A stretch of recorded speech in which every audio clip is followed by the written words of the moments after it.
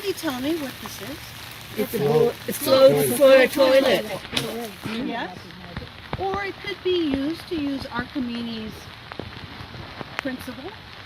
But for me, this was more than a float. This was what made me the talk of the 4-year-olds in our neighborhood. But I'll get back to that later. Most Canadian families, they have hockey heroes. And they talk about hockey heroes, watch games, and bond. But not my family. My family, they loved scientists. Those were our heroes. My daughter, Einstein, my father, Marconi, my brother and I, Tesla.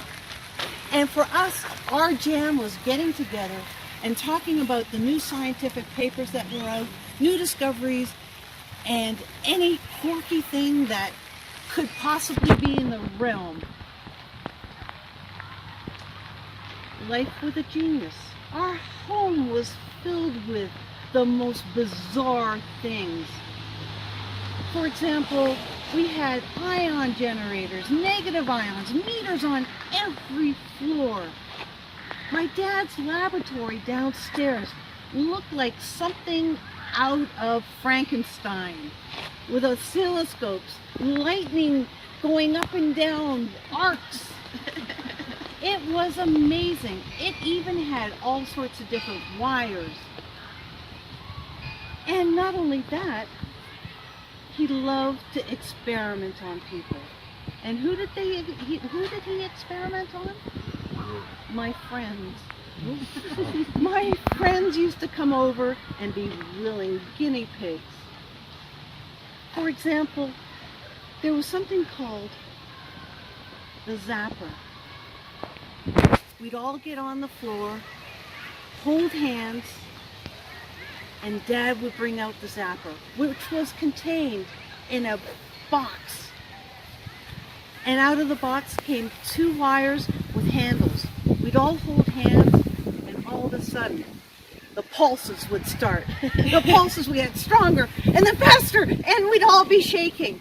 And then one by one, he'd take a part of your arm, and it would act like Frankenstein, back and forth, all over the place. I even kept these friends after a while. They always seemed to come back and obviously didn't mind the experiments. And as for this, the envy of the 4-year-old neighborhood, it was, you got it, Dre Beat prototype. They were my headphones, and everyone wanted to try them. I had my own little quiet world watching TV. I didn't have to listen to the clutter. I bet you I was the only person in Toronto with toilet bowl float headphones. But the beauty was in my bedroom. My dad had placed a speaker in my bedroom, which was hooked up into another room to an old-fashioned reel-to-reel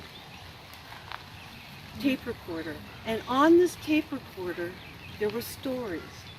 There was Debbie Dobbs Enters the Atom. Debbie Dobbs solves the mystery of the rainbow. Debbie Dobbs searches in the universe.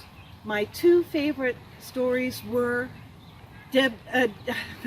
Living in the Moon, and the other one was Monstro, the whale. Anyway, when I finally went off to kindergarten, I already knew why the sky was blue. I knew that Pluto was a planet and not just a Disney character.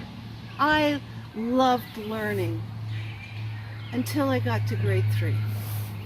Grade 3 is when kind of the world collapsed around me. I could not consistently write my name properly, nor could I write anything or have a book and be able to read from it. There was great disconnect. They had called in the they had called in the specialist, and I went for a battery of tests, and the tests did not come back favorable.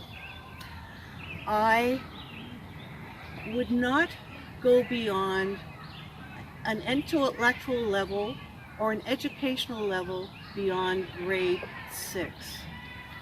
Would have been devastating for most families. But my dad was a genius, and he had a plan. Armed with tutors, I went to Toronto's most prestigious academic school. I had to do grade 3 again, and grade 3 again, but I did finally graduate at age 20. I didn't graduate with honors, but close to it. I didn't win any academic awards, but I won awards.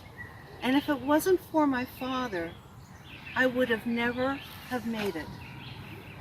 Life was a genius, not only bizarre, but kind, resourceful, and loving. Madam Clement. Madam Clement.